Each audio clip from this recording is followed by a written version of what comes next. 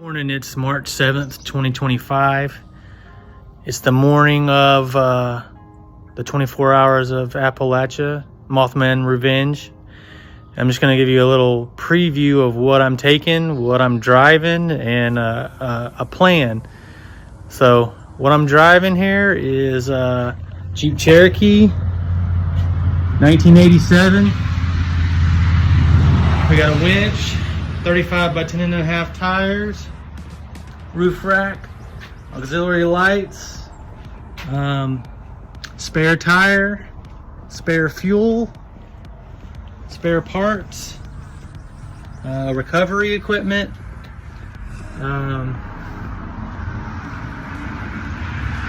we got our phone holder and our radio holder, and this is my backpack with all my gear in it, you know, my clothes and phone chargers, etc. We're gonna bring a blanket, an extra hoodie, and you know, it's a 24-hour drive, so neck support. You can kind of go through some of my gear I got here. I got a upper radiator hose, at least a quart of all the fluids you need. Definitely need to bring some kind of radiator stop leak just in case. A toolbox, 2 toolboxes there full of everything you need to change a U-joint or a ball joint, and just some general maintenance items that specific to your vehicle that you'll need. You need some brake clean or carb cleaner in case you break a bead. You can pop it back up. If you bend a tie rod or something, you'll need a tape measure to set your toe. That's for my spare fuel. Hoses. You need to have a hose of every size on your truck. I got fuel line, I got heater hose, all of it. Spare brake line. I got a spare oil filter. A rock can fly up and hit your oil filter, and it's under pressure, so you'll never be able to patch that with JB Weld. This kit is kind of cool. I took an old oil jug, and kind of made it into a little toolbox, and it is full of all kind of stuff. My U-joints, my tire patch kit. I bring a brake plug kit that can plug brake lines, can plug your caliper lines. That way, if you have a caliper sticking or something, you can just unbolt that line and cap it off, and you can continue to a safe place to get it properly repaired. So there's my breaker bar. This is kind of cool. This is my second emergency brake. My emergency brake does work, but this one goes between the seat and the pedal like that, to give me just extra safety if you're on a hill or you're winching or something. It's just kind of something to have. Big C-clamp. This box is full of all the sensors for the Renix Jeep that are needed to keep it running, just in case. I got a sensor that fails, you know, a CPS and a throttle position sensor, and different temperature sensors. I got a wheel hub. I do run wheel adapters, so I got a spare wheel adapter, duct tape. This spud shaft here is for if I break a front axle shaft, I can pull the axle shaft out, and I can bolt this in, and this will keep the unit bearing together, and I can get to a safe place to I'm not bringing axle shafts. But this can save you if you don't have an axle shaft. You can just run that. And here's my first aid kit. That's an air compressor.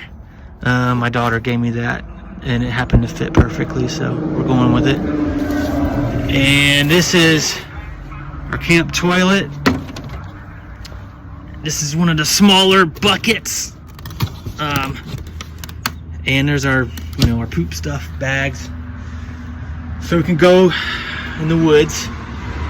And I have a dual battery set up, so I got one under the hood and one here, and that's about it. I think we're pretty well squared away. We're gonna go run it and see what happens. So I'll see you guys later and check in. Okay, 7:15. We got cars rolling side by sides. It's getting real.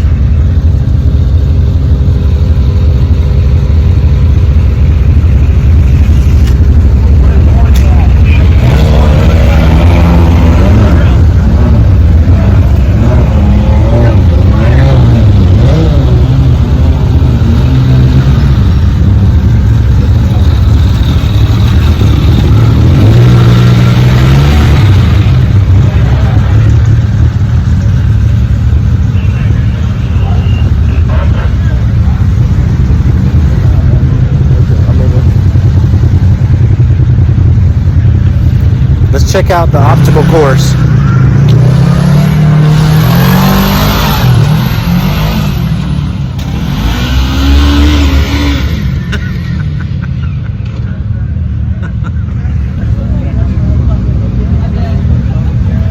That's pretty slick.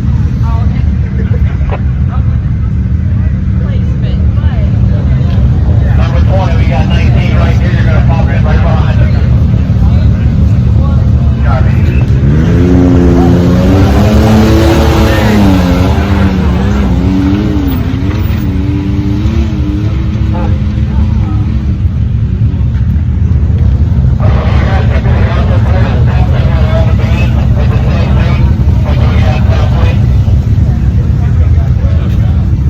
Pretty cool.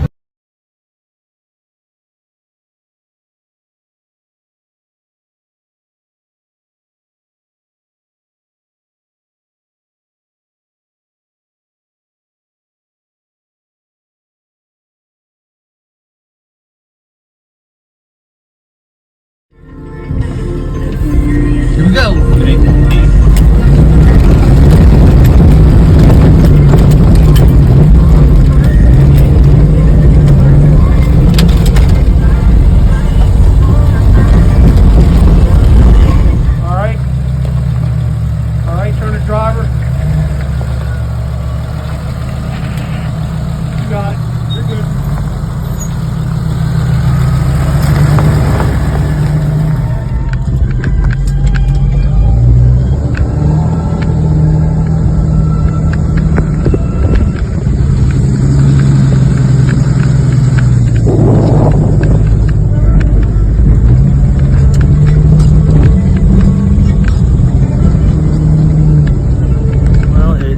Sunday, March 9th, and we survived the 24 hours of Appalachia.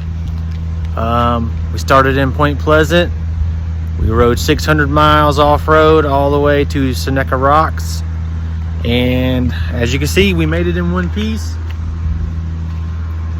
It's a little muddy. We hit a lot of obstacles on the way. There were a lot of rocks. There was a giant hill climb.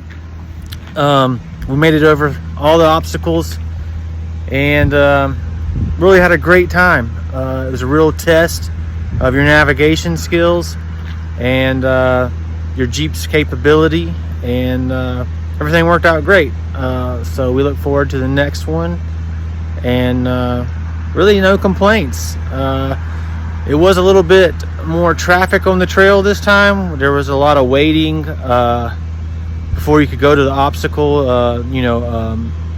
Smaller vehicles in front of you that would have to try 2 or 3 times to get around the obstacle or up the obstacle.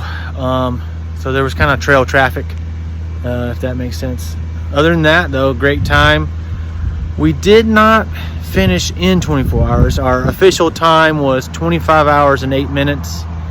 But there was a backup at the big hill climb where a lot of stock vehicles were just having trouble. They just could not make it up. It had to be winched, and we had a couple of those to wait on. So we probably waited an hour at the hill climb, and then some more at Canaan Valley, I think is how you say it.